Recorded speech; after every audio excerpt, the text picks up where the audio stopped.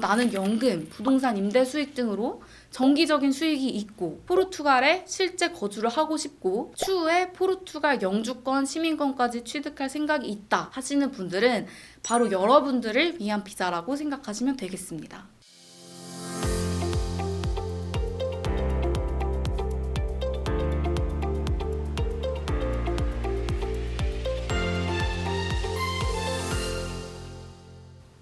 안녕하세요. 2022년 새해 처음 인사드립니다. 저는 셀레나이민 유럽 전문 컨설턴트 줄리아입니다. 얼마 전 출장으로 포르투갈을 다녀왔는데요. 제가 여러 유럽 국가를 다녀왔지만 포르투갈은 정말 살고 싶은 생각이 드는 나라였습니다. 따뜻한 국민성 명성에 맞게 사람들도 정말 친절하고 음식은 더할 나위 없이 맛있고 저렴한 물가로 출장을 마치고도 한국에 오기 싫을 정도였습니다. 포르투갈 이민하면 골든 비자가 가장 많이 알려져 있는데요. 오늘은 골든 비자와 같은 거주권 비자인 D7 비자에 대하여 소개해드리도록 하겠습니다.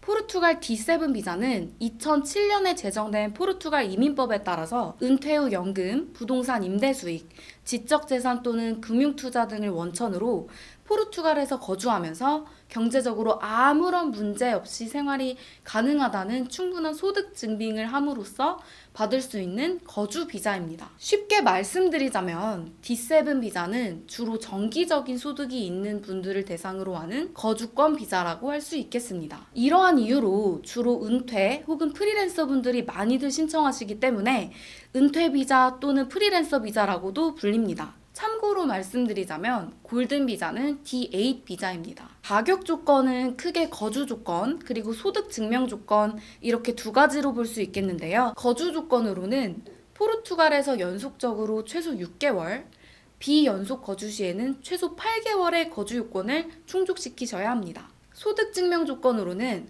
한 달에 일정 금액 이상의 소득 증명 또는 포르투갈 현지 계좌에 최소 8,000유로 정도를 예치하셔야 하는데요. 위 금액은 사실 최소 금액을 기준으로 안내드리는 것으로 더 자세한 소득 증명에 관해서는 셀레나 이민에 문의하여 전문가와 상의를 권유드립니다. 한 달에 일정 금액 이상의 소득 증명에 대해 조금 더 자세히 말씀드리자면 신청인의 월 소득이 포르투갈 월 최저임금의 이상이어야 하고 이는 단순히 커트라인일 뿐이며 사실 월 소득이 최저임금보다는 더 많아야 포르투갈 이민국에서 심사를 할 때 유리하게 작용할 수 있습니다.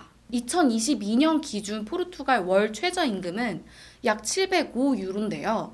이 금액을 하나로 하면 약 100만 원 정도이고 D7을 위한 연간 소득은 연간 8,460유로, 하나로는 약 1,140만 원 정도입니다. 소득 증명을 할 수 있는 방법으로는 임대 부동산 소득, 배당금, 프리랜서 근로소득, 연금 등이 있는데요. 사실 프리랜서의 경우 포르투갈 정부 입장에서 봤을 때 연금보다 덜 정기적이고 안정적이지 않기 때문에 쉽게 승인되지는 않지만 그래도 비자 발급이 불가능한 것은 아닙니다. 반면 연금은 안정적이고 정기적인 수입원으로 여겨지기 때문에 가장 안정적인 소득 증명이 가능합니다. D7 비자가 은퇴 비자로 잘 알려진 이유가 있겠죠?